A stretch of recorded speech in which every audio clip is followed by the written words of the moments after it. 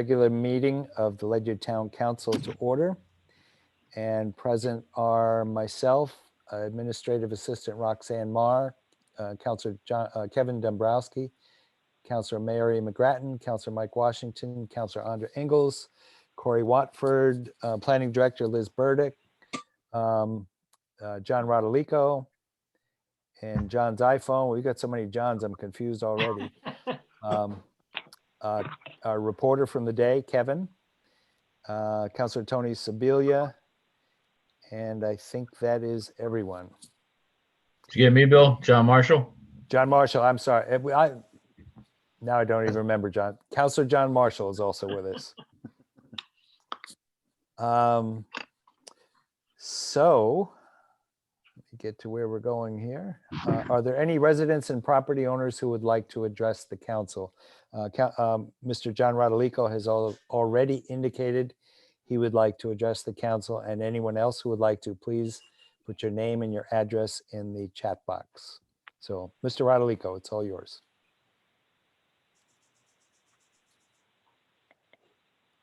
And you have to unmute, John.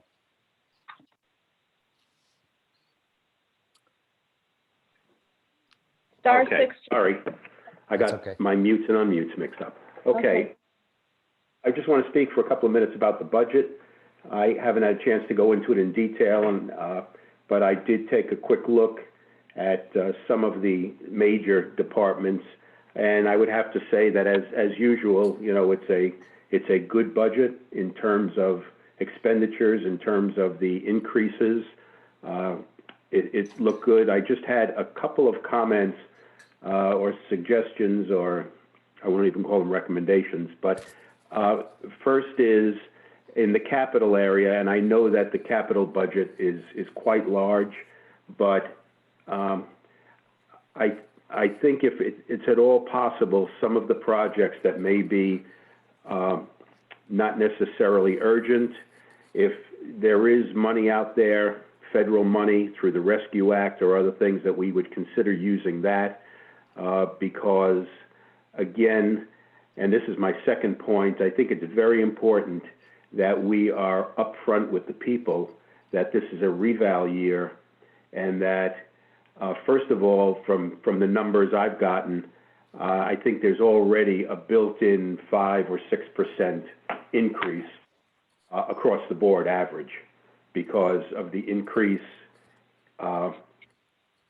in the grand list, but the decrease in the mill rate. And I could have those numbers backwards, but the other thing is, though, as is typical in a reval, some people get hit a lot harder, and those that get hit hard very often tend to be in the I'll call them less expensive homes, some of the more affordable neighborhoods. We saw that, I know, 10 years ago, or maybe it was 5 years ago, with neighborhoods like the Highlands, where they, you know, lower priced houses tend to appreciate quicker or more than others, because they can afford to do that. But I think you're going to see, and I'll venture that it may be a little exaggerated, but possibly half the people in the town may see more of a tax increase than normal. So I think I would encourage you at the town meetings and in future publicity, you really need to let people know about that. The other reason being that people aren't going to know that until late June, early July, after the budget passes and they get their tax bill.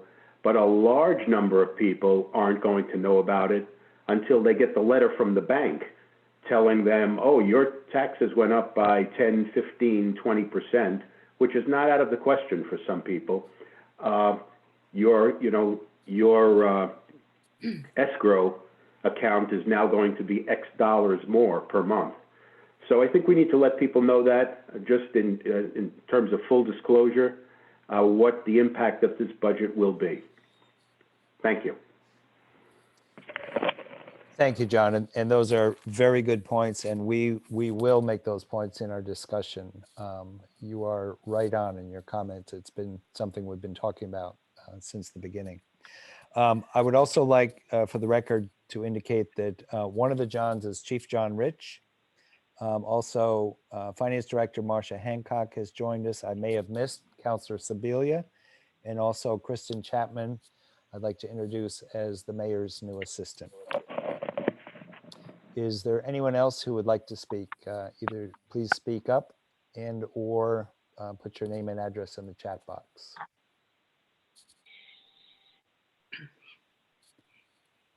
Okay, hearing none.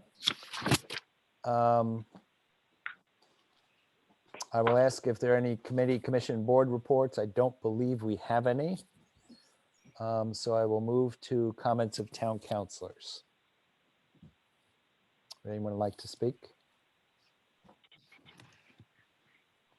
Kevin. You're mute, Kevin. Yeah, no, I'm trying to unmute myself. Just a kind of a public service announcement for what, as we've all been saying, weather's starting to get nice. So as you're driving around town, recognize that there are more people out there walking and there's more people out there riding their bikes. So just be kind and courteous to those other people who are using the roadways to make sure you stay safe. Thank you. Other councilors?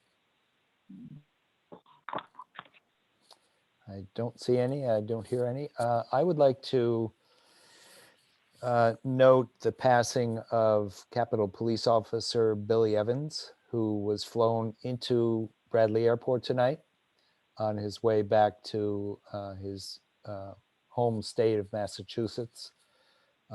Yet one more officer was following the line of duty, and I think we all owe him and many other officers who've gone before him a vote of thanks.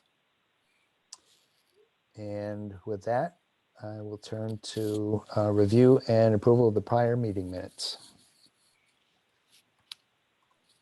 Is there a motion? I'll make a motion to approve the following meeting minutes: the public hearing minutes of March 24th, the regular meeting minutes of March 24th, 2021, and the special joint work session minutes of March 31st, 2021. Is there a second? Counselor Washington seconds. Thank you. Any comments, corrections? Hearing none. Roxanne, would you please call the roll? Counselor Ingalls, Yes. Counselor Marshall, Yes. Counselor McGrattan, Yes. Counselor Sebelia, Yes. Counselor Soms, Yes. Counselor Washington, Yes. Counselor Dombrowski, Yes. 7 in favor, 0 opposed.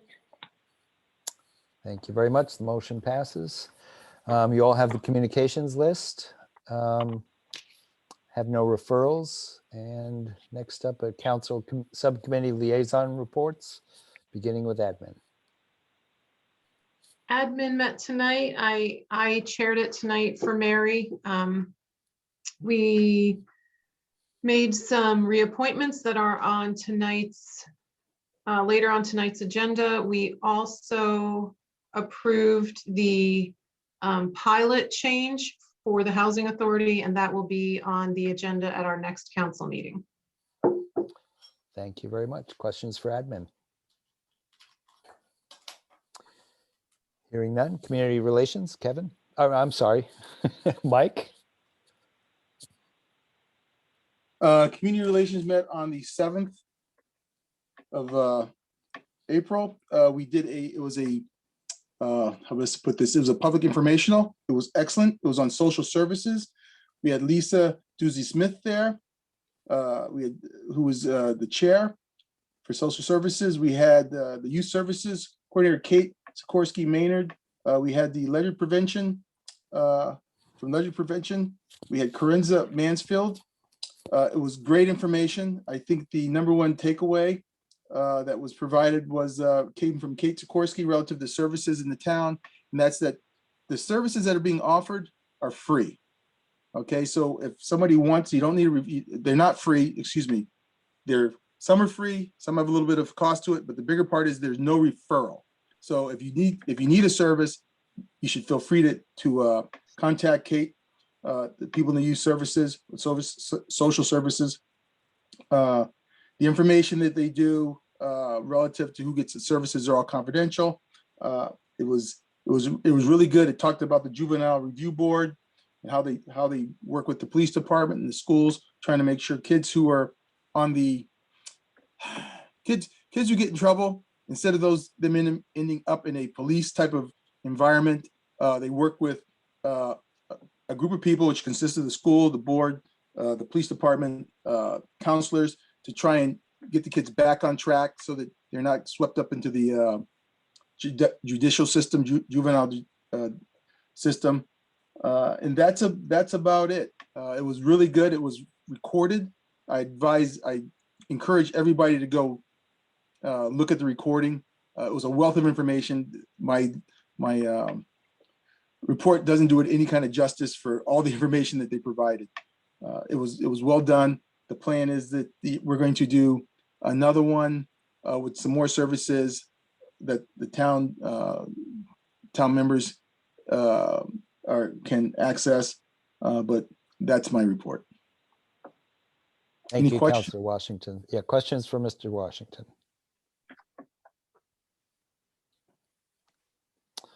Seeing none, I would just add that the presenters were very well prepared, partly because they joined us for a prior meeting and gave us some information. We asked them to provide more, and they did a really good job presenting, confusing it with the Prevention Coalition. But anyway, they did a great job and it was much appreciated. Finance, I'm going to report on myself. This is Councilor Solms again. Finance met last Wednesday at 5 p.m. and we listened to a presentation by Chief John Rich to restructure the Ledyard Police Department in order to streamline patrol operations and provide accountability for staff functions such as compliance with the Police Accountability Bill, CALIA certification, and body-worn cameras. The restructuring would create a new position of captain to oversee and handle those responsibilities. The lieutenant position would become a union position again by union contract and agreement. Actually, it was a memorandum of understanding, and would have command of all patrol operations. The department would have the same number of sergeants, 5, and the cost to implement the new plan and salaries would be $11,660 and would not change the total headcount of the department. And after further discussing the proposed replacement of the high school fencing along Gallop Hill Road for an estimated cost of $56,000 and the existing football scorecard with a multi-sport scorecard at a cost of $49,000, the committee agreed to transfer the Ledyard High School track and multi-use field project surplus back to the undesignated fund balance because that was where the funding originated, and noted that both projects could be added to the capital improvement plan for future consideration. The Finance Committee also discussed the $1.4 million that Ledyard will receive through the American Recovery Act. There are specific requirements, which we'll go into in a few moments, from the mayor's report for the use of that money, but it cannot be used for bridge replacement. However, there may be more money coming from the federal government through the infrastructure proposal currently under discussion now, as well as some money designated for counties. And since Connecticut doesn't have counties, it should be flowing to the towns. The committee and the mayor are hopeful the restriction on the ARA funding might possibly be loosened in time to help with the Lantern Hill Road Bridge. And everything else is on our agenda for tonight. And that's my report. Other questions? Hearing none. Land use, planning and public works, Kevin. Land use met last week. Really the only object or discussion we had was on the farm tax exemption ordinance, which is on our agenda for tonight. Thank you. Questions for Councilor Dombrowski? Hey, Kevin, this is John Marshall. What's the criteria for replacing guardrails? I don't know. That's we'd have to talk to Steve Maslin about that. That falls Okay, under his review.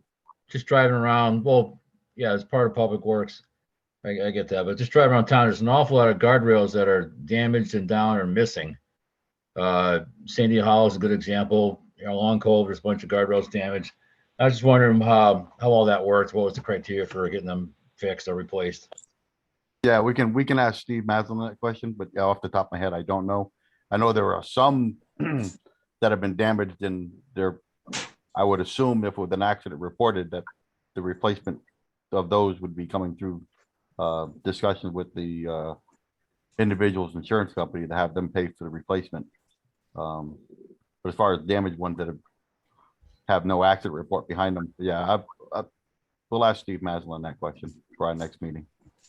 Okay, thank you. Both. Other questions for Counselor Dombrowski? Okay. Other liaison reports? Seeing and hearing none, we'll turn to the mayor's report, and I'm going to read that. He provided it in advance. There was a bond rating call with S&P on April 8th that went well. The state rating improved for the first time in 14 years, which could help us. FEMA evaluated the emergency drill coming up in June, and a non-evaluated drill is also happening on May 4th.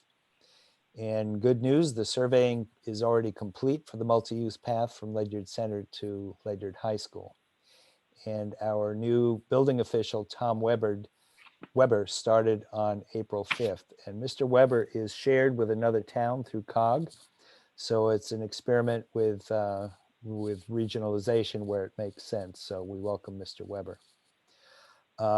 We also need to make a decision about the referendum and the entire process of voting on the budget, which is on our agenda for tonight.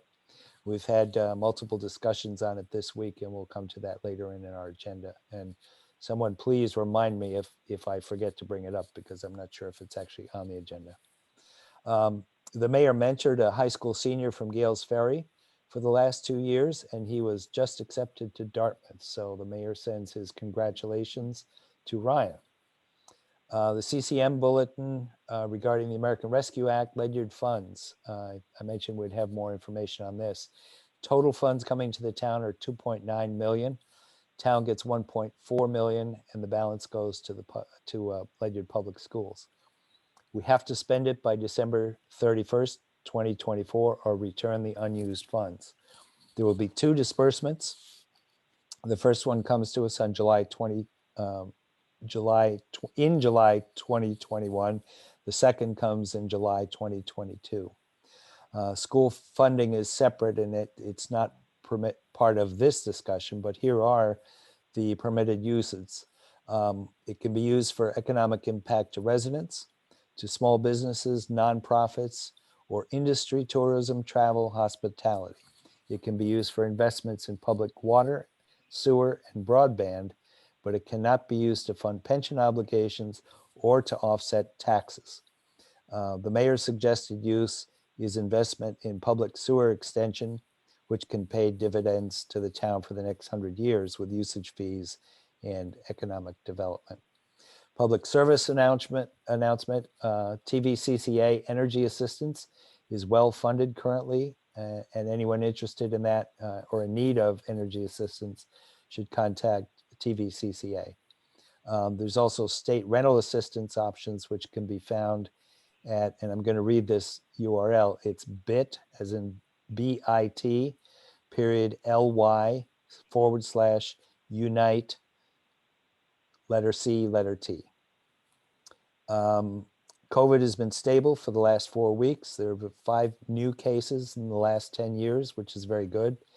Hospitalizations, we had 8 at L&M, or have 8 at L&M, and 6 at Bacchus, 1 in the intensive care unit.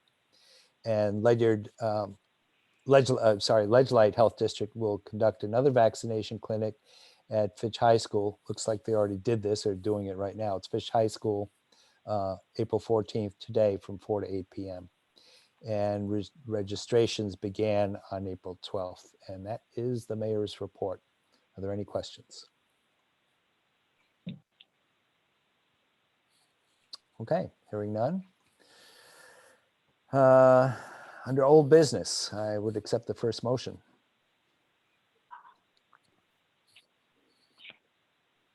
I make a motion to set the annual town meeting to be a hybrid model, video conference and in person, regarding the proposed fiscal year 2021-2022 budget on May 17th, 2021 at 7 p.m. at the high school auditorium, and to adjourn to a referendum to be held on May 18th, 2021 between the hours of 6 a.m. and 8 p.m.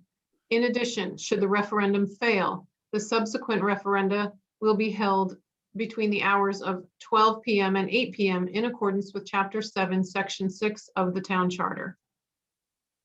Councilor Dombrowski seconds. Thank you, councilors. So as I mentioned, we've had much discussion on this week, and I'm going to ask Roxanne Marr to help me in case I miss any details.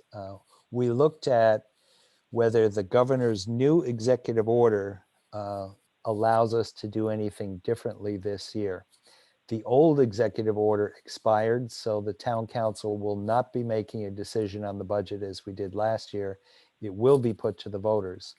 The questions we had were, because the executive order also allows for absentee and mail-in ballots, we already have a very low attendance at budget referendum. So we were questioning the expense of holding the voting in person, given that so many people will be able to vote either by absentee or mail-in or drop-off ballot. We talked about holding the meeting at the high school as we normally do on May 17th, and then also having a voting machine there so people could receive ballots and submit them. That quickly got very complicated. Our meeting was with 2 registrars and the town clerk, and Councilor Davis, myself, and Roxanne Marr.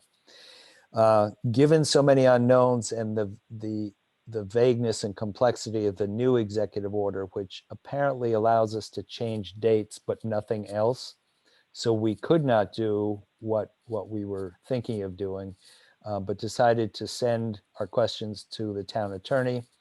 Town attorney confirmed that we cannot, under the executive order, change what the town charter requires, and the town charter requires exactly what you see here in this motion. There will be a town meeting on the 17th, followed by a town meeting, as we always do, on the 18th.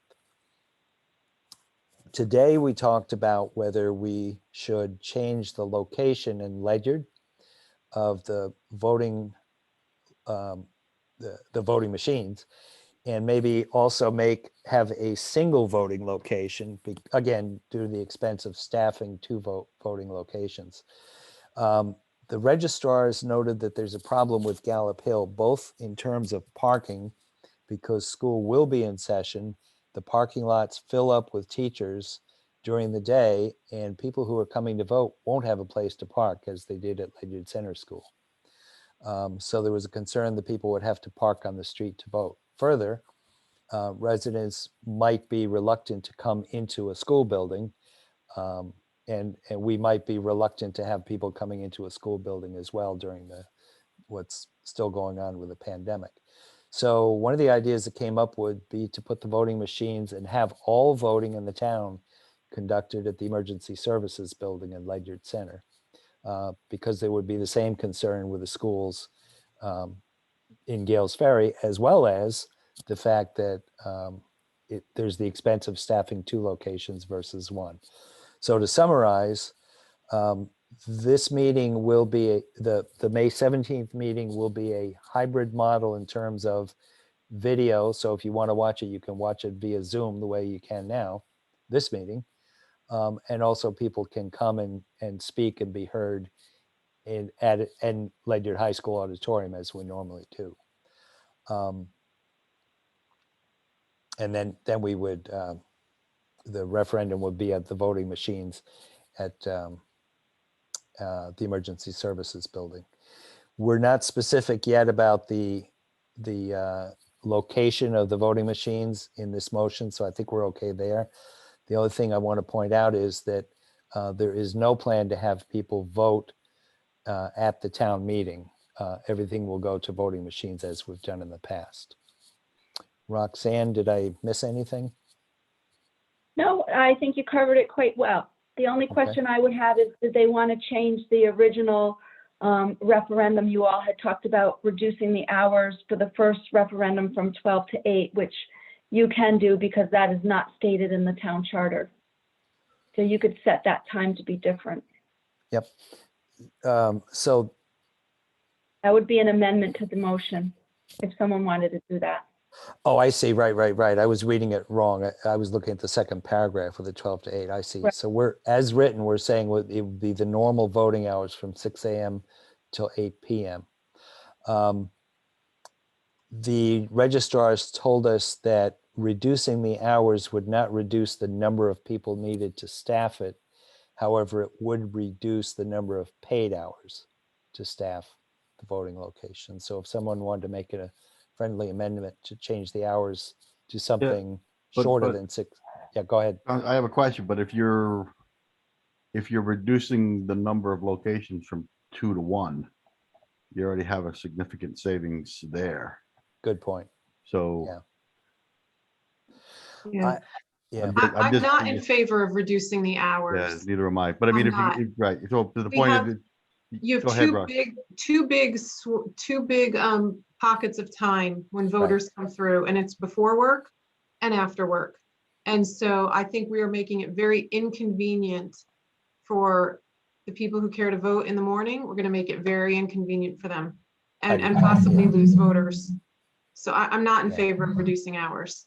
Yeah. I can get on board with reducing locations. yeah, we think we can do that. Mary? I'm not in favor either of reducing the hours. You're already, reducing the number of machines that are available. And many people are going to show up at the wrong place. And so I think we need the full amount of time for the voters. Thank you. Other counselors? Okay, so I think we'll have to do plenty of communication and signage Mhm. in advance of the vote if we go to a single location. Right. That decision is not made yet, but we don't have to make it with this motion. I too am not in favor of reducing for the reasons that Andra gave. Makes it very hard, and I agree, people will show up anyway and be very upset. So that said, any further comments? Roxanne, would you please call the roll? Mr. Marshall, Yes. Mrs. McGrattan, Yes. Mr. Sebelia, Yes. Mr. Soms, Yes. Mr. Washington, Yes. Mr. Dombrowski, Yes, Mrs. Ingles, Yes. 7 in favor, 0 opposed. Motion passes. Thank you. Would anyone like to change the agenda under new business? Hearing none. Under the consent calendar, I make a motion to approve the consent calendar. is Second. there a second? Thank you. Discussion?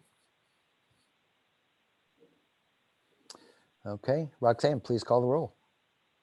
Mrs. McGrattan, Yes. Mr. Yes. Mr. Soms, Yes. Mr. Washington, Yes. Mr. Dombrowski, Yes, Mrs. Ingles, Yes. Mr. Marshall, Yes. 7 in favor, 0 opposed. Motion passes. I would like to thank the people who've been reappointed. They've been long-serving, dedicated volunteers doing a great job. Next motion, Finance Committee.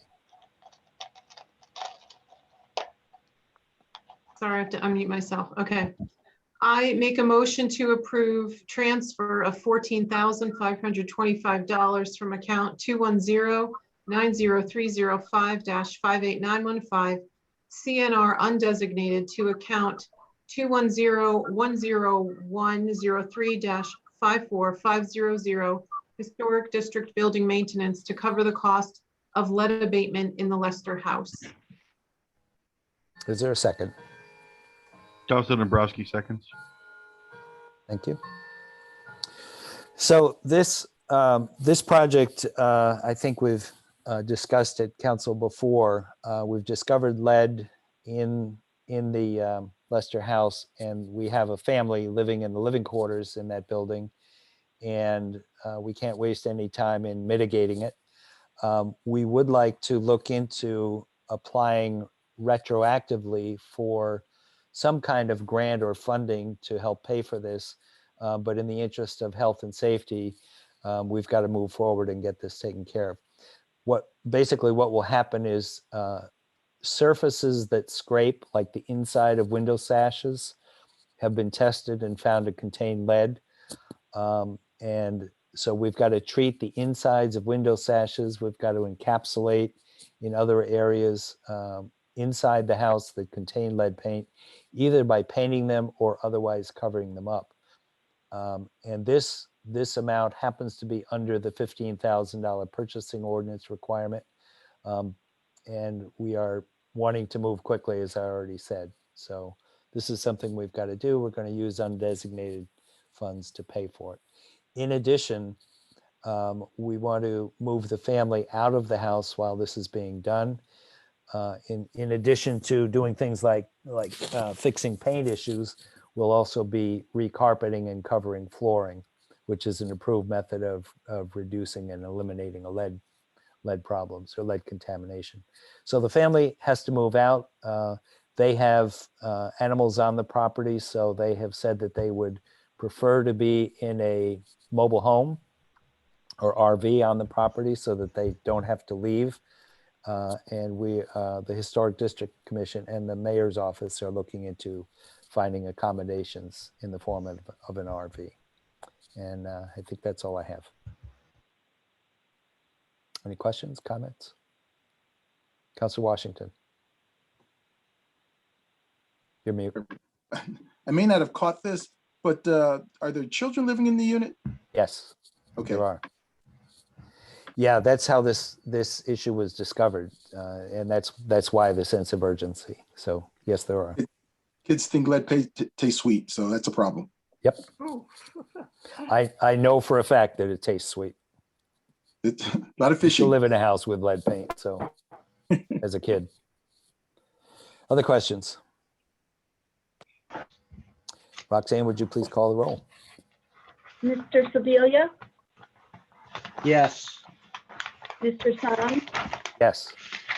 Mr. Wa, Yes. Mr. Dombrowski, Yes. Mrs. Engel, Yes. Mr. Marshall. John, we can't hear you. All right, Mrs. McGrattan, Yes. okay. Mr. Marshall? He said yes. Okay, 0 in favor, 7 in favor, 0 opposed. Motion passes. Thank you very much. Next motion.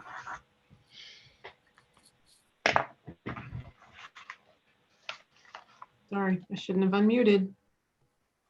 We are on, okay, I see. 4. I make a motion to adopt a proposed amended municipal certification of resolution for a small town economic assistance program, STEEP 2020, Ledyard Town Community Green Project located at 728 Colonel Ledyard Highway, Ledyard, Connecticut, as contained in the draft dated March 29, 2021.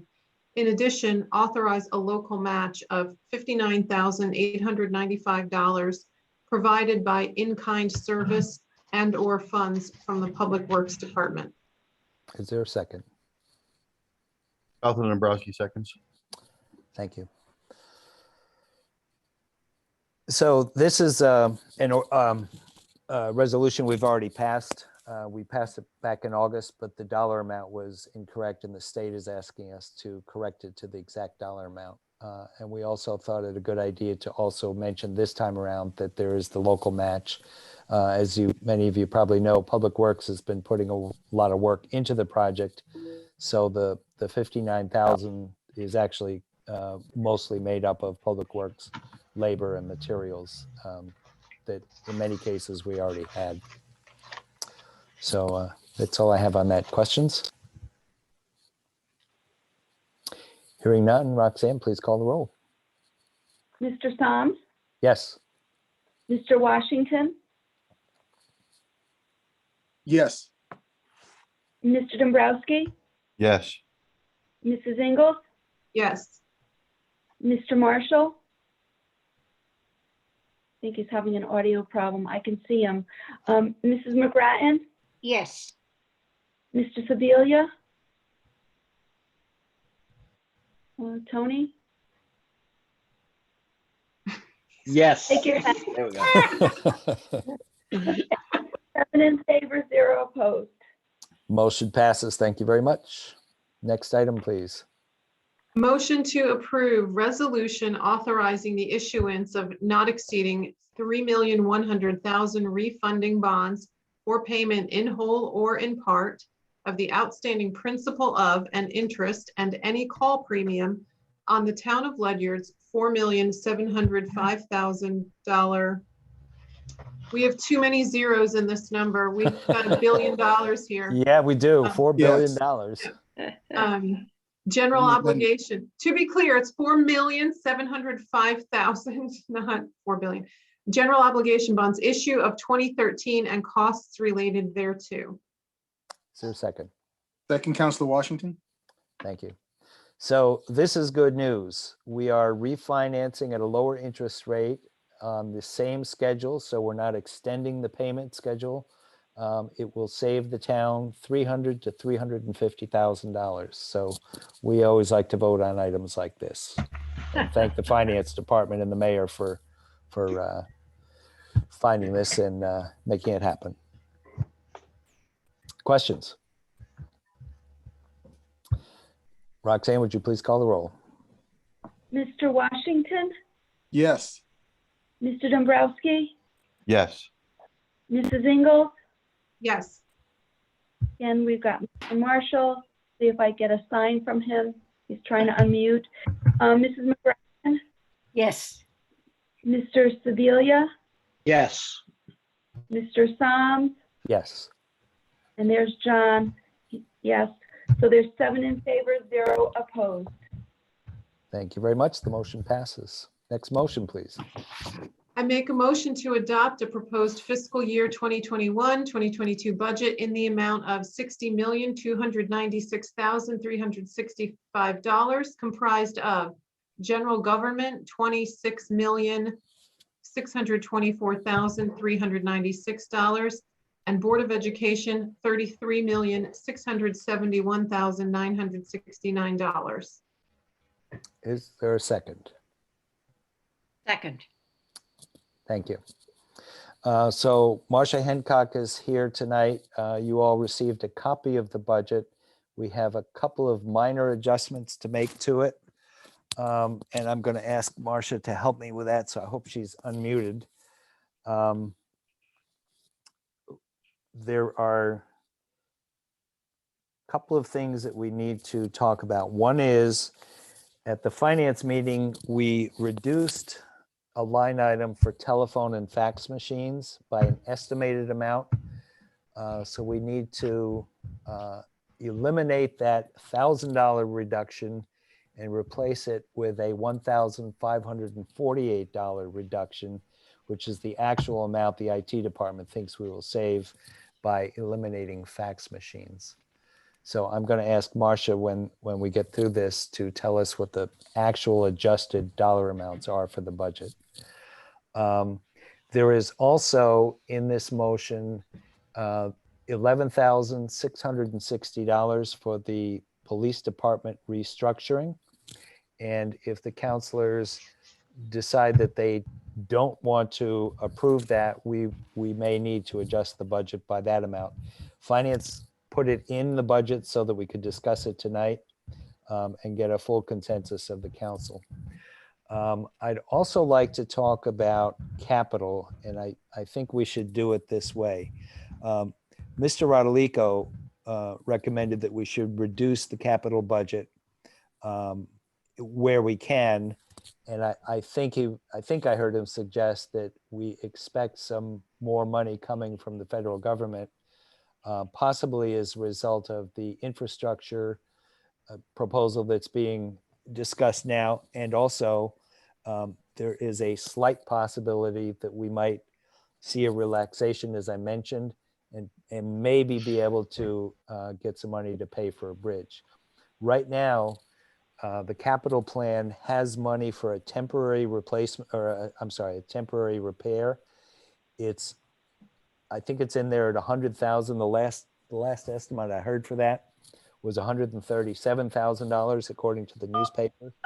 And I would love to remove that $100,000 expense if we had a good idea that we're going to get money. I'm sorry, somebody is using their touch tone dialer and it's coming through on the meeting. Welcome to Zoom. Enter your meeting ID followed by pound. Now Ellen.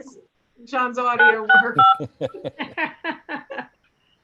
Well, at least we got it back. Give him a second. Okay, so Roxanne, I just muted John until we can get him fixed. Okay. All right, so I would like to see us reduce the money that we are planning for the temporary repair for Stonington, for the Lantern Hill Bridge. We could not come to agreement with Stonington to pay each town's $400,000 share for that bridge. But if either the restrictions were lifted on the ARA funds or some other funds were to come into town, I'd love to fix the bridge or replace the bridge rather than replace it. What I'm going to suggest is that we not do anything to capital tonight, but that we wait as long as we can. I think we have to keep the temporary fix funds in there until we have better news if we get it. But I would like to delay on changing the capital budget for all of those reasons. We might also, by Mr. Rodolico's suggestion, if there's additional money, we might find other projects as well that we could reduce the capital. And as I also mentioned, we could possibly have money coming to the town that would have gone to the county if there were counties. So for all those reasons, I'd like to see us leave the capital for now. We have an opportunity after the public hearing to make final adjustments. And lastly, I'd like to address the actual numbers in the budget and what's happened with the reval. The total budget increase this year is 0.27%. It's 0.25%. That's on the expense side. However, on the revenue side, we have seen a decline. Therefore, there will be a tax increase for most people, as Mr. Rodolico indicated. The Board of Ed came in with a 1.45% increase. The town's proposed, the general government budget is proposed at a 1.2% decrease. However, on the mill rate side, when we started the budget process, we had a 0.65 reduction in the mill rate, which sounds good, but if people who follow the mill rate understand this, the mill rate's going down in part because the reval caused people's houses to be more valuable. Therefore, most people, if not, put it this way, more than half, will be paying more in taxes as a result of the reval. So the mill rate's going down, but taxes will be going up for most people. So I will stop there and see if we have questions. Oh, one more thing. So we did find some revenue. The original reduction in the mill rate was 0.65. It is presently a 1.25 mill rate decrease. So I'll stop there and see if there are questions. Councilor Washington. First, as far as the capital account, it's I'm definitely a proponent of holding on to the line item as it exists for the budget, only because until the money actually shows up, it never exists. So it's better to have the money available for the repair in case we need it. If money does come in from an outside source, that's great. But in absence, as Councilor Psalms mentioned, it's better to have the money in our hand, prepared to use it. And the other issue is, I want to talk about the police department, the reorg. And I'm happy that Chief Rich is here because I have a couple quick questions. And I understand the reason for the reorg is designed to separate the admin from the field portion. that's the primary goal, knowing that there's a lot of admin, there's a lot of stuff coming down from Hartford. But so I have like 4 questions. The first one is, before we did a pay raise, I think for a lieutenant, and it was to address some future administration increases that were going to take place. And so I was wondering, did that change, that administrative change, is that going to get carried over to this new administrative position that's being created at the captain level at all? So, first of all, thank you for the question, and thank you for the time to all of you tonight. So, when the council voted on pay increases for the lieutenant position in the past, in the recent past, the past couple of years, we had discovered throughout the course of the budgeting process that the lieutenant actually went 2 full fiscal years without an increase, based on some miscommunication and potential oversights in the process, just between HR and us as a department. And one of the things that we realized was that, there had never been a position that was in the department that wasn't part of the collective bargaining agreement, and was more of an independent contractor, if you will, or with a singular employment agreement with the town. So the processes by which those pay increases would be recommended were laid out in the employment agreement, and we just missed each other, I think, in the translation to give that those increases at the time. So 2 full fiscal years where the lieutenant went without an increase at all, when other department heads in the department heads resolution received increases, myself included. And when I was able to identify that, I brought it forward to the mayor and to HR to be rectified, and I know all of you supported those incremental increases to try to bring the lieutenant's salary up into somewhere in alignment with others who do a similar function. So that's my recollection of how that worked over the past couple of fiscal years. Okay. Furthermore, another question I have is, and I'm playing the devil's advocate on this, because as we set up a position that's going to be really the administrative side, is that a correct kind of it's a global administrative side of the department? What happens in the future if we decide or decision or something takes place that says, yeah, we've created this new position, okay, but now we're 3 years out, 4 years out. Can we get rid of the position? Because I'm going back on my own experiences, because what I do with the state, we're bringing people, we have people with titles, reach a position where, wait a second, our needs have changed, and I don't want to, and I'm gonna have difficulty if I got to be wed to something forever if our situation changes. Can you elaborate on that, on how that process works? Or Sure. So this position would be, again, outside of the collective bargaining agreement, outside of the union itself. So with that, attached to it would be a individual employment agreement between the individual and the town, similar to how I operate as the chief of police. And with that, in going back to 2015, when the lieutenant at the time, Ken Kreutz, and the town were creating the independent PD, they asked the lieutenant by necessity, and the union as well, to move the lieutenant position outside of the union.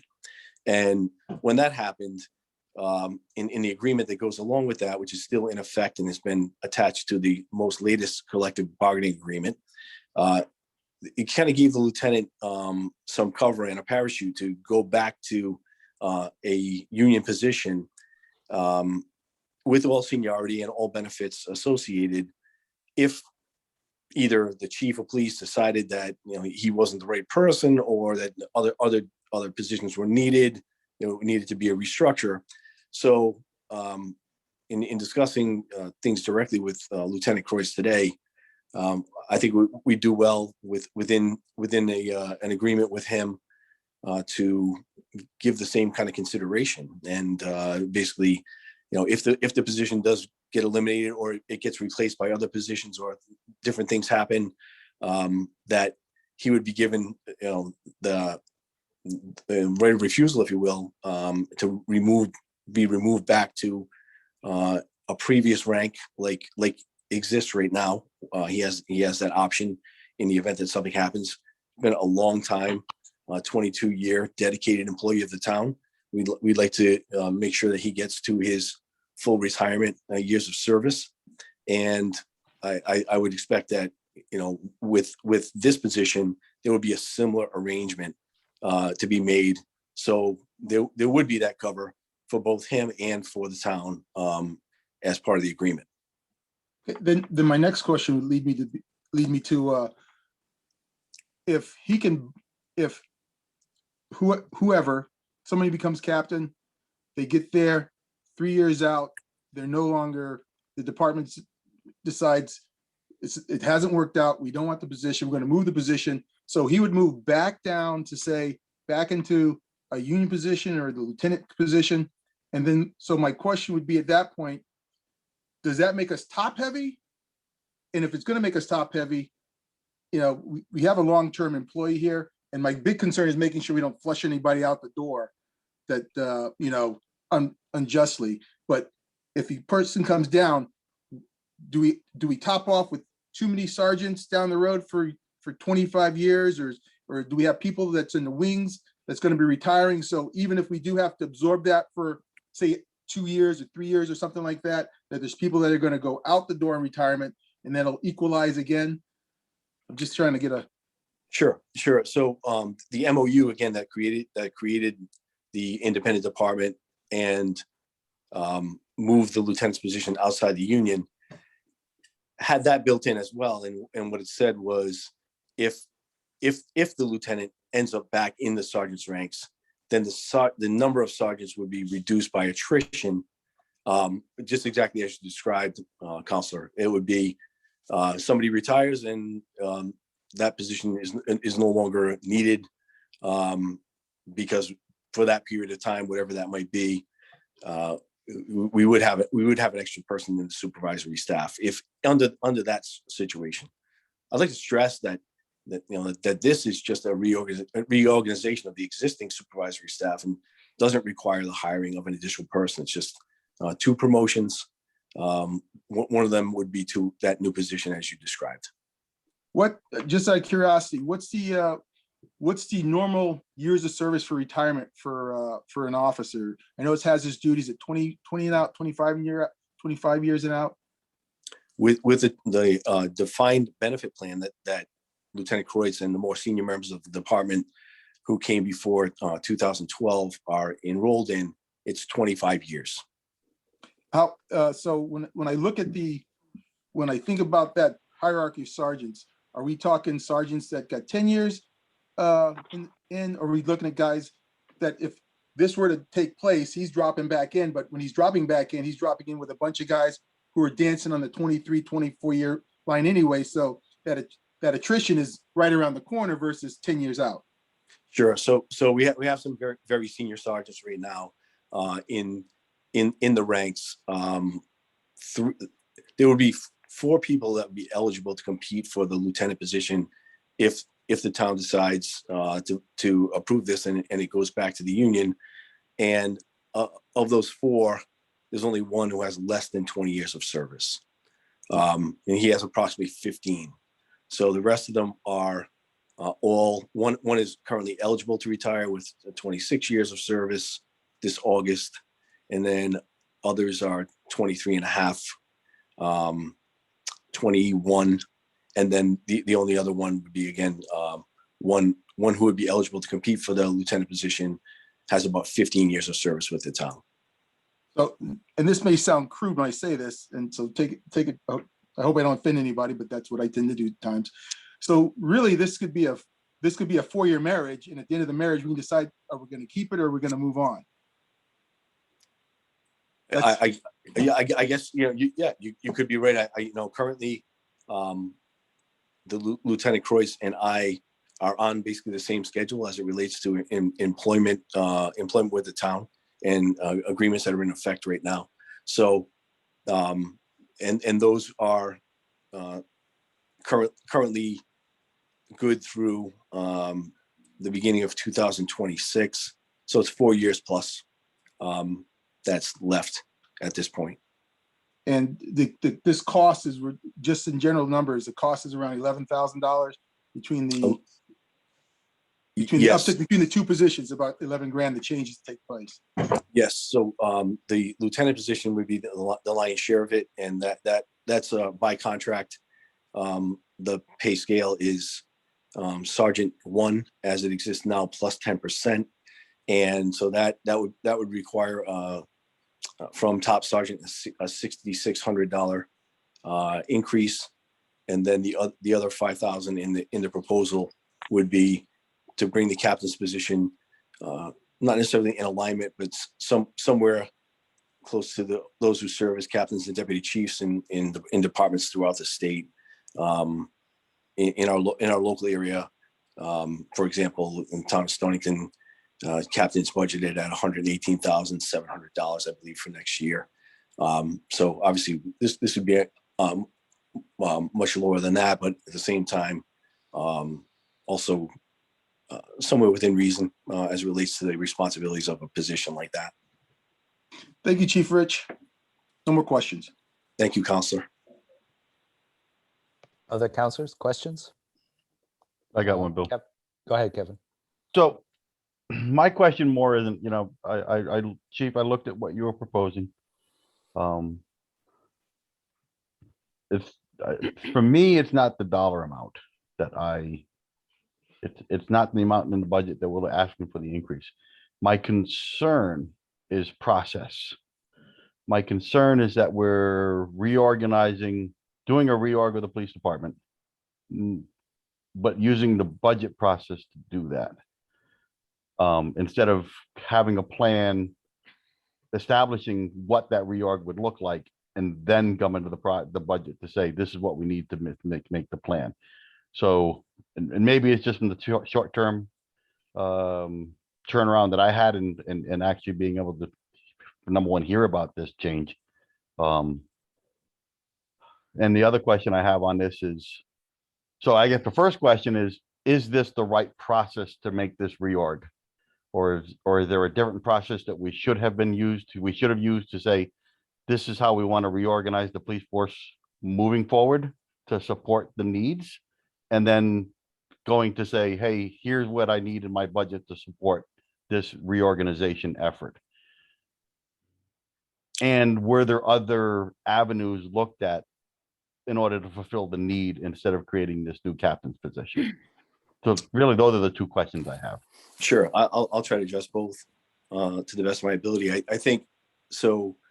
The budget process to me was the place to bring it up with the most visibility, transparency, and accessibility to the entire council and the town.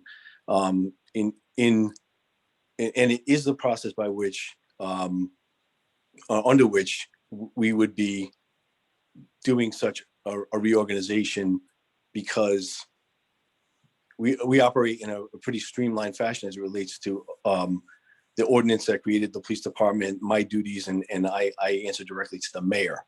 So I've sketched out the table of organization, and it was in the as we currently operate, as well as in the proposed reorganization with and really what it's designed to do, Counselor, is to create a kind of a bright line admin versus operations split. And this is very much in alignment with a lot of industries, but most certainly in the military, paramilitary, and law enforcement. So there's defined responsibilities, defined areas of responsibility, and everybody knows what everyone else is doing, and there's no finger pointing when things don't get done. There's accountability. So the budget process itself, I felt was, again, I've brought forward amended job descriptions, proposed job descriptions to HR to be forwarded to the admin committee of the town council, and I've communicated this directly with HR for months and months. This is the second time I brought it up in the budget process. So in the past also, we've talked about, planning, if you will, and strategic planning, and then budgeting for that plan. And I've had the experience with the finance committee and the council of bringing proposals forward mid-year and being advised that I should have seen it coming or had this in my proposed budget. So I felt like the most transparent way to do this. It's obviously it's urgent but not emergent at this point, was to bring it through with the budget process and let everybody look at it.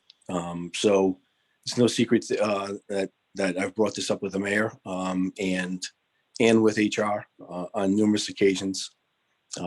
So I hope that satisfactorily answers your first question. And your other question was, were other alternatives studied? So one thing that came up in July was the passage of Public Act 2001, which is commonly known as the Police Accountability and Transparency Bill. And in that public act, the provisions that were passed laid on some really additional heavy responsibilities, especially administratively, for police departments all over the state. One of those is the achievement of national accreditation through CALIA, which is a very arduous, I don't know if you've looked into that at all, meeting of standards, developing policies, having compliance with both facilities, policies, procedures. It's really a risk management type of process. Looking at this and the way we operate now, and some of the challenges that we've run up against as it relates to accountability and supervision, one of the first two-pronged strategy, if you will, toward risk management involves training and supervision as it relates to law enforcement. You've supported me on training in many times, even with the creation of the training reserve fund that we have that gets funded through some of the pistol permit revenue that comes in through the town. I think we've done a really good job with training, and we've always met the standards that are required by the state. And at the same time, I know you've all been paying attention to what's happening on the national stage, and as it relates to law enforcement. And there isn't a night on the news where a police department in the country is not in the spotlight for some type of a situation, whether it be a use of force situation, or their response to a mass shooting, or their school resource officer being involved in a gun battle with a teen gunman. I mean, this is the kind of stuff that's happening all over the country. So looking at how we're going to meet these challenges in the future, going into the future, and using our existing staff, it's really just a reorganization of responsibilities. I think it's pretty well delineated in the presentation that I put forth last Wednesday, as well as in the job descriptions that are proposed. Again, those are drafts to be sent before the admin committee for their approval. Certainly open to any changes that go along with that. So I hope that answers your question as it relates to why we're bringing this forward with the budget process, and how hard we studied it to try to do it within a reasonable cost and do it within our existing resources. At the same time, set ourselves up for success. This also involves succession planning for the leadership of the department going into the future.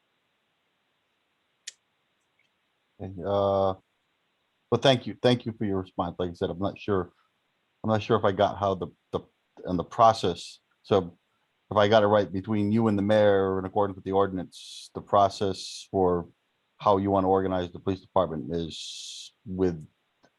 falls under you and the mayor, correct? Well, that's the we don't have a commission, obviously, and we operate with me answering to the mayor as his appointee. The collective bargaining agreement, that oversees my management of the department, or that dictates my management of the department and the rights of everyone involved, allows me this right. And that's spelled right out in clause 25 as it relates to process. If you want, I can tell you what that says. I have it in front of me. Yeah, just to refresh us, yes. Sure. So the union recognizes that, subject to the terms of this agreement, the management has rights, powers, and authority to manage its own operations.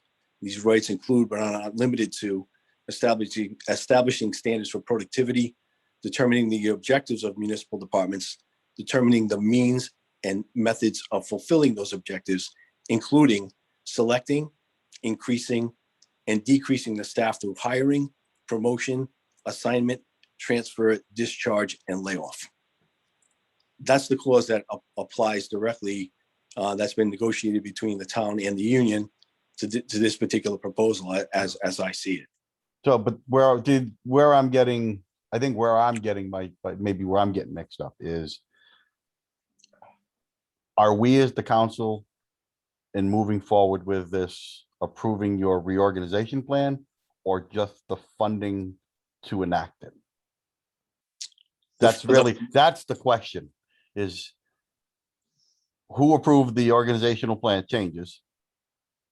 And are we just acting on funding that organizational change as part of the budget process? Right. So, as the council, understanding the process is as I do, then you control the funding for the town and my department, most certainly.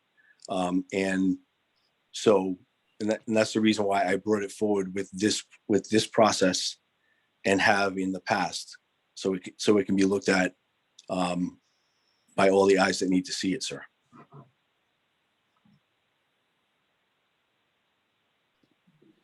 I have a question really quick, going off what the Councilor Dabrowski mentioned. So the approval of this budget, say the council says, yep, we vote to move this forward. So at some point, Chief, you would be going back with the mayor and HR to actually submit your organizational chart, since you work for the mayor as his appointee? Yes.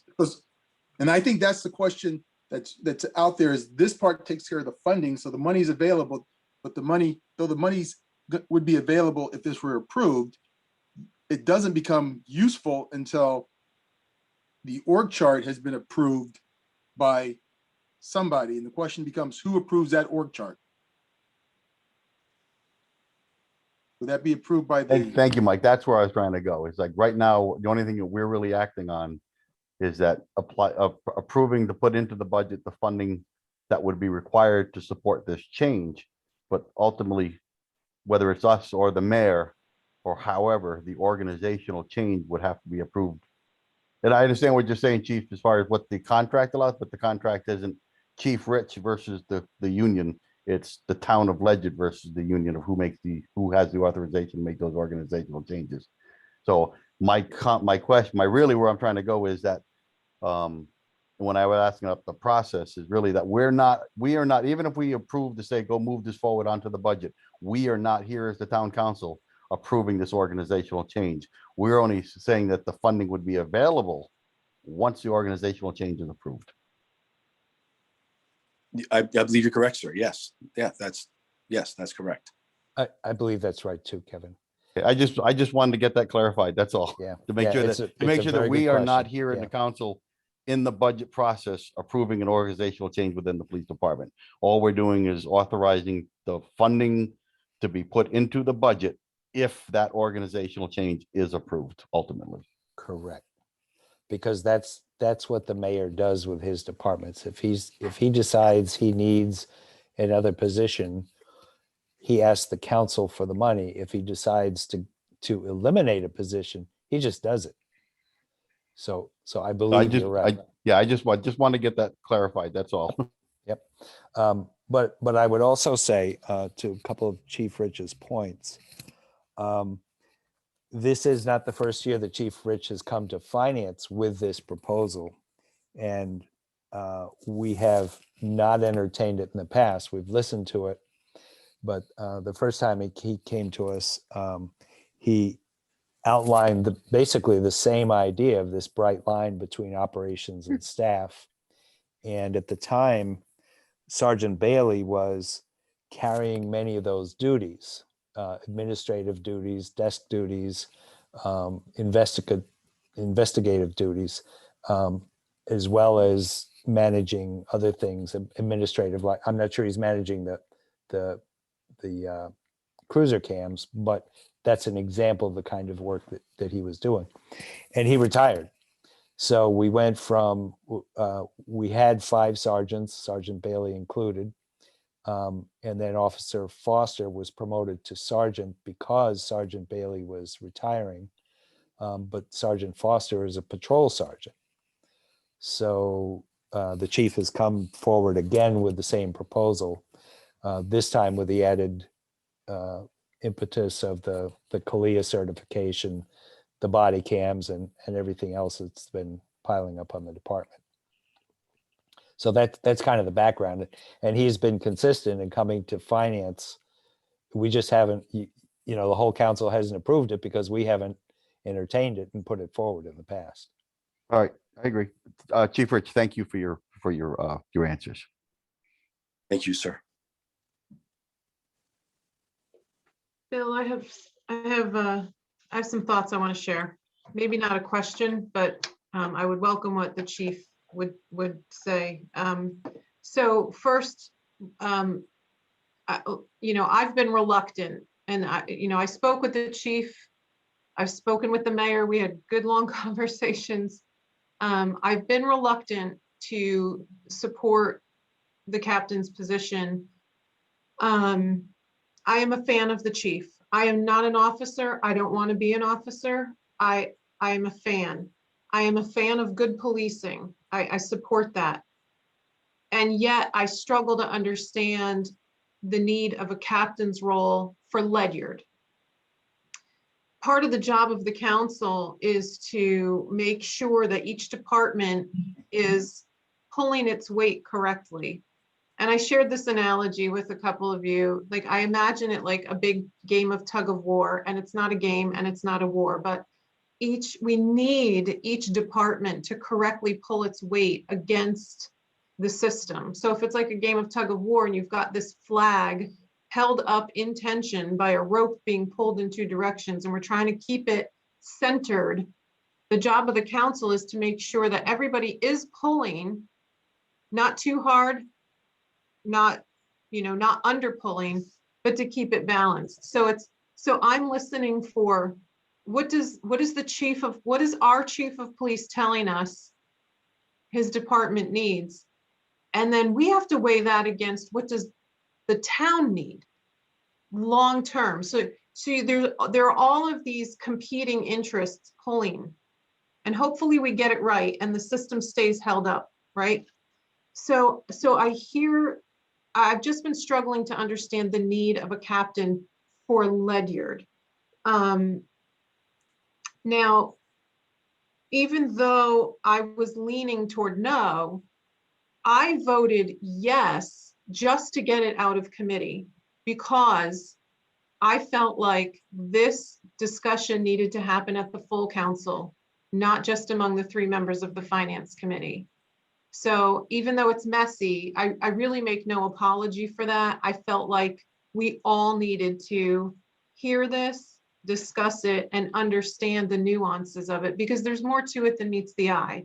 It's not just $11,000, although I agree, against a $65 million budget, that's really not, to my mind, it's not the biggest issue. I'm wondering what is the best decision for Ledyard long term. So having spoken with the chief, I now understand better that there are operational challenges that he is trying to address, and he cannot just tweak. You're talking about union contracts. You can't just tweak job descriptions. You can't even just tweak shifts. So a reorg would help him. Now, in talking to the mayor, I understand that the landscape is changing. The long-term landscape is changing. There are discussions about walkbacks on the police accountability bill. There's a push from the state for regionalization. So we can't even be confident that we're going to be dealing with the same landscape in even a year from now,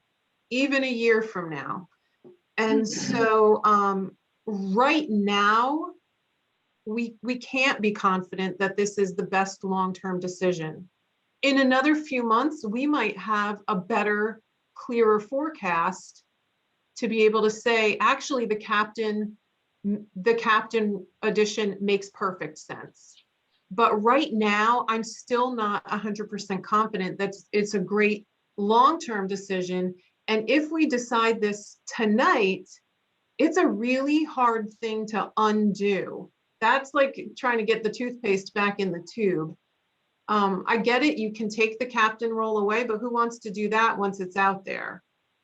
So I'm weighing all of this, from opinions of people I respect very much. But I have to say that tonight, right now, I'm not in favor. And I would argue that if you're not confident right now, I think we should press the brakes and continue to have this discussion with the full council so that we can all be confident that it's the best long-term decision for Ledyard. Those are my comments. Thank you, Councilor. Mary. I have heard Chief Rich's request and rationale for the captain position last year and again this year when he appeared before the Finance Committee during the budget workshops in March. I have also heard him describe the non-traditional police duties when he has spoken to community groups. Since last year, the state legislature has placed additional operational and administrative responsibilities on all Connecticut police departments. These additional responsibilities require restructuring of the Ledyard Police Department. So far, our department under Chief Rich runs very smoothly. We have few citizen complaints, and most of our residents feel safe in their homes. Municipal police departments are under siege. If Chief Rich needs a change in personnel and job descriptions to respond to this new environment out there, I vote yes for this funding. Thank you, Councilor McGrath. Councilor Sebelia. I just wanted to point out some of the essentially soft benefits that a move like this may make, or some of the benefits that go beyond just organizational for the police department. In my business, I'm fortunate enough to meet many, many new hires for police departments throughout Eastern Connecticut. Truth be told, I actually print their business cards, so they come into me shiny and new. One of the questions that I always ask them, why did you choose the department that you went to, and did you look at Ledyard? What I hear all the time is these young recruits are looking for advancement, they're looking for structure in a department, and they're looking for leadership. And I think adding this additional level makes the department look more professional, a little more structured. And Andra, to your point, policing is never going to be the same as it was 5 years ago. Just the sheer volume of what they need to deal with. I mean, the thing that comes to mind first off is body cams aren't going away. That's a huge administrative drain that has got to be taken up somewhere. My personal opinion is I look at Chief Rich as the professional that we put our faith in to run the department. So if he comes to us and he says, I need to do this to make things work better, I think it's fair to question it. It's fair to ask questions, but I think that we need to let him do what he needs to do to lead us into whatever the future of policing is going to look like a year from now, 5 years from now. It's a very dynamic situation. I think that the position should be there just to help with the administrative load that's already occurred. You're correct. There are some things that they're talking about rolling back. There's some changes coming forward. I can tell you, I don't think we're going to have major changes. There's going to be tweaks here and there. But looking at Hartford, I don't see this going away. Thank you. Thank you, Councilor Sibilia. Other councilors?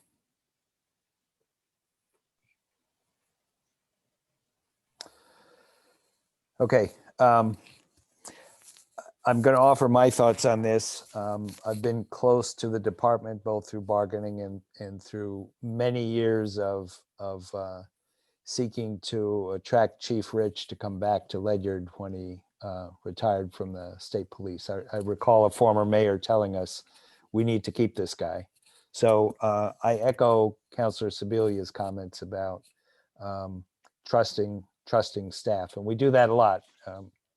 Not just with police, but we do it with many other departments. We look to our professional staff to advise us. I spoke with the chief. I actually called him last week to tell him that I was not going to support this proposal. It was the second time I'd heard it. I remained reluctant and questioning of the need for a captain in a small town like Ledyard. And he said something to me that caused me to change my mind. And that is that, as have been mentioned, we have some operational challenges that need to be addressed. And right now, the way the department is structured, the chief and the lieutenant are sharing administrative and line of operations duty, line of operations being patrol.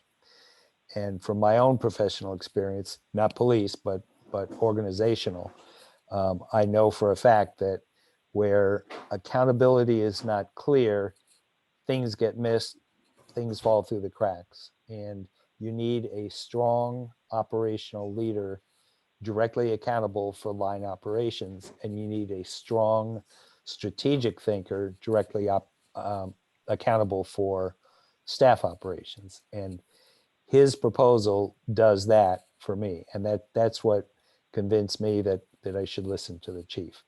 So those are my thoughts on the proposal. If we don't do it this year, I do believe it will come back to us. And this is, I think, the best proposal we've seen. It's a small amount of money to accomplish the goal that we're all talking about. So here's what we're going to do. I'm going to ask one more time for comments, and then we are going to vote on this budget with adjustments. And if you are not in favor of including the money for the police restructuring, then vote no for the budget. And then we will have another budget vote with that money taken out, just as we would for anything else. I'd like to ask Marcia if she could unmute and give us some new numbers based on the adjustments I mentioned. They're small adjustments. It's basically those savings in the fax machines. So I'm going to ask Marcia if she has already made those changes and we're looking at the final budget, or if we need to make any final adjustments before we vote on this. So Marcia? Hi, Bill. The budget as you have it, and I would like to just verify the numbers. So Roxanne, the numbers I have are 60,295,817 for a total. If those are the numbers I gave you this afternoon, those include the fax machine changes, reductions, and it also includes the 11,600 or 660 for the police restructuring. Right. Right. Okay. But can you also give me, because on the agenda, which was published prior to the information you provided this afternoon, so can you read off the general government budget number again? Board of Ed is not changing, so. Yes, as soon as I get to it. Okay, the Because- general government number is 26,623,848. Okay, so those are the new numbers. That's different from what Andra read earlier today. So Correct. when we discussion, so Yeah, Okay. so we need a friendly amendment to change the numbers in the motion to a total budget of 60,295,817, comprised of a general government budget of $26,623,848, and the Board of Ed budget is unchanged. Counselor Washington, so moved. Second. Thank you. All in favor of the, so Oh, we don't have to vote on a friendly amendment. yeah, we don't do have to vote on a friendly Okay. amendment. So the new numbers as just read out, I'm going to ask for final comments and then call for a vote. Does anyone wish to comment? Okay, Roxanne, would you please call the roll? Mr. Dombrowski, Yes. Mrs. Ingles, No. Mr. Marshall? Okay, he has to unmute, so I'll come back to him. Mrs. McGrattan, Yes. Mr. Sebelia, Yes. Mr. Psalm,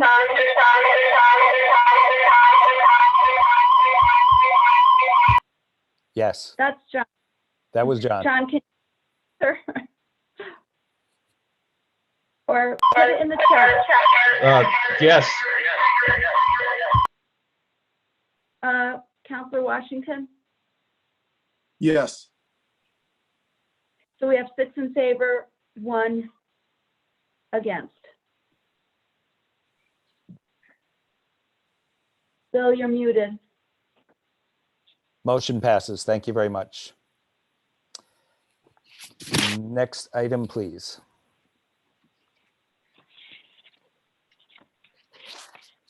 Okay. Wait, sorry, lost. Number 8. Yeah, Number 8. 7. Water operations. That's correct. Yeah, number 7. Okay. I Okay. make a motion to adopt a proposed fiscal year 2021-2022 water operations budget in the amount of $1,459,524.97. Is there a second? Counselor Dombrowski seconds. Thank you. So I'll speak to the budget, the water operations budget. We had a lot of help from the finance department this year. We, meaning the WPCA, I'm just the liaison, but there was a lot of work done on this budget to make sure that they understood their budget as well as make sure that they had the water number correct, which is always the hardest thing to do. There was also a lot of discussion about the amount of work the finance does to support the WPCA, as there has in the past, but I think this year WPCA has a really good idea of what goes on in the finance department. So that said, I'll ask if there are questions about the water operations budget. Hearing none, Roxanne, please call the roll.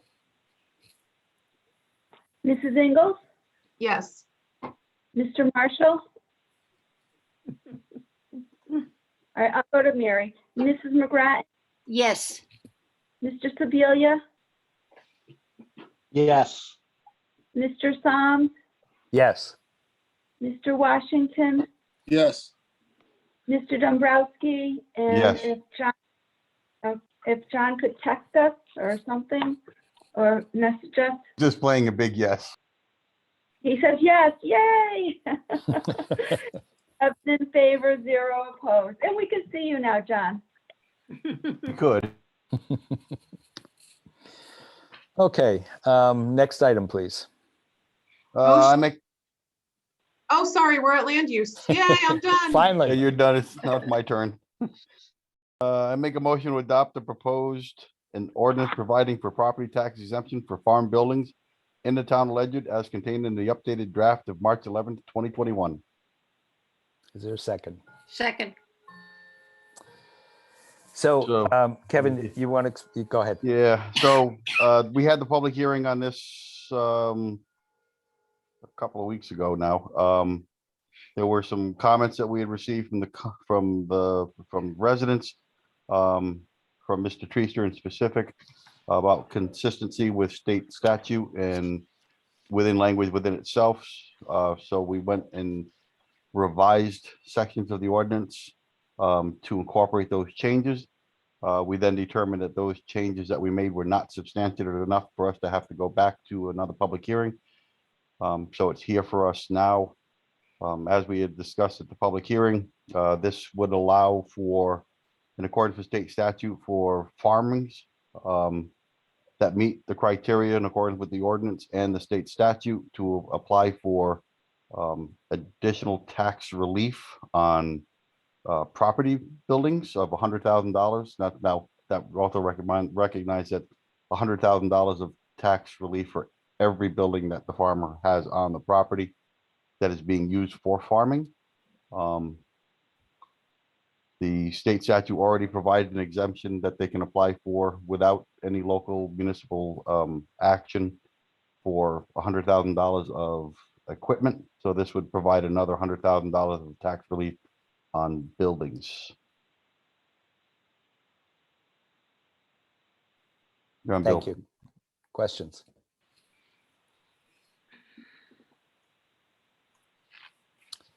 Okay, hearing none. Well, hold on. Go So ahead, I'm go ahead. going to make a comment. So this goes back to, I've made this comment several times and I'll make it again here tonight, is that while I'm not opposed to farming, I support farming and farming activities within Ledyard. I do not like the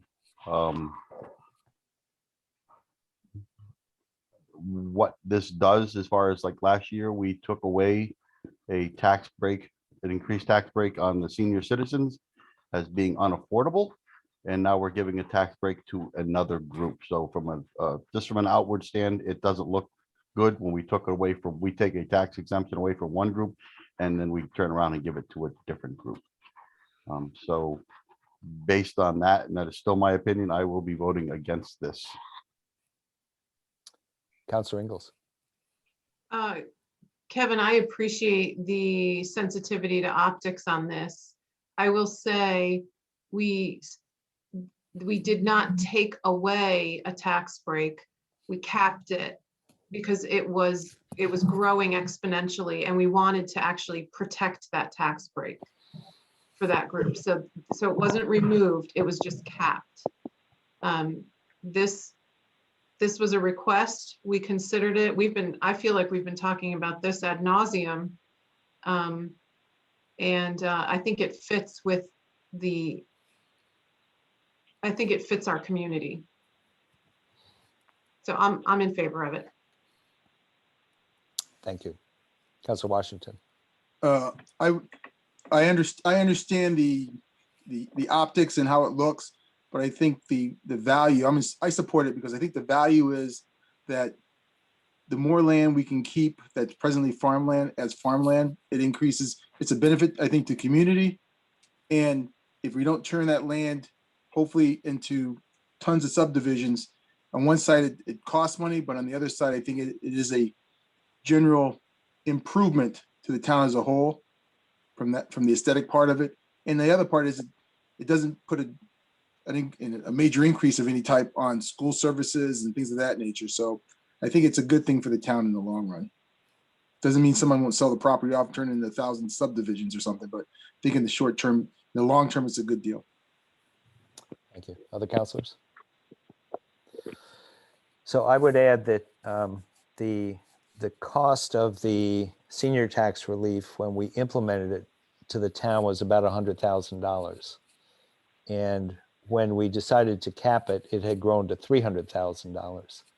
The cost of this tax relief is $11,000 at present, and if every farm built buildings, it would grow to $28,000. And if we decided that it had grown beyond what we intended, we could also cap this, just as we did for the senior tax relief program.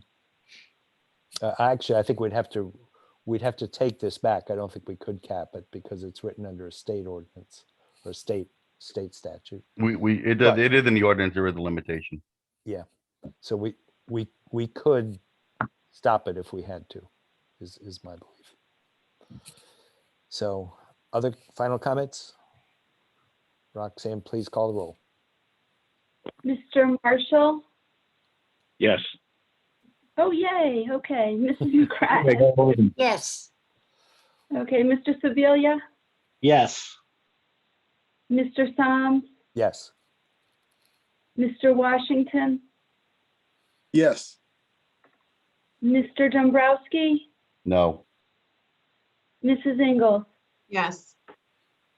6 in favor, 1 opposed. And the motion passes. Thank you, Kevin, for your comments. I would be the first to vote to remove this if it did get out of control. Okay, so I'd like to just cover the schedule before we adjourn. There was some questions about when the public hearing is. That's Monday, April 26th at 7 p.m. at Ledyard High School Auditorium. The superintendent has already discussed that and made that facility available as it usually is. And then the town meeting is Monday, May 17th, followed by the referendum on the voting machines, location to be determined on Tuesday, May 18th. So with that, I believe we've reached the end of the agenda and we can adjourn. I make a motion to adjourn. Is there a second? Second. Thank you. We are adjourned at 8:36 p.m. Thank you, everyone. Long meeting. Everybody. You. Thank Have a good you, night. everyone. Good night, Good night. everyone. Good night. Thank you Night. all.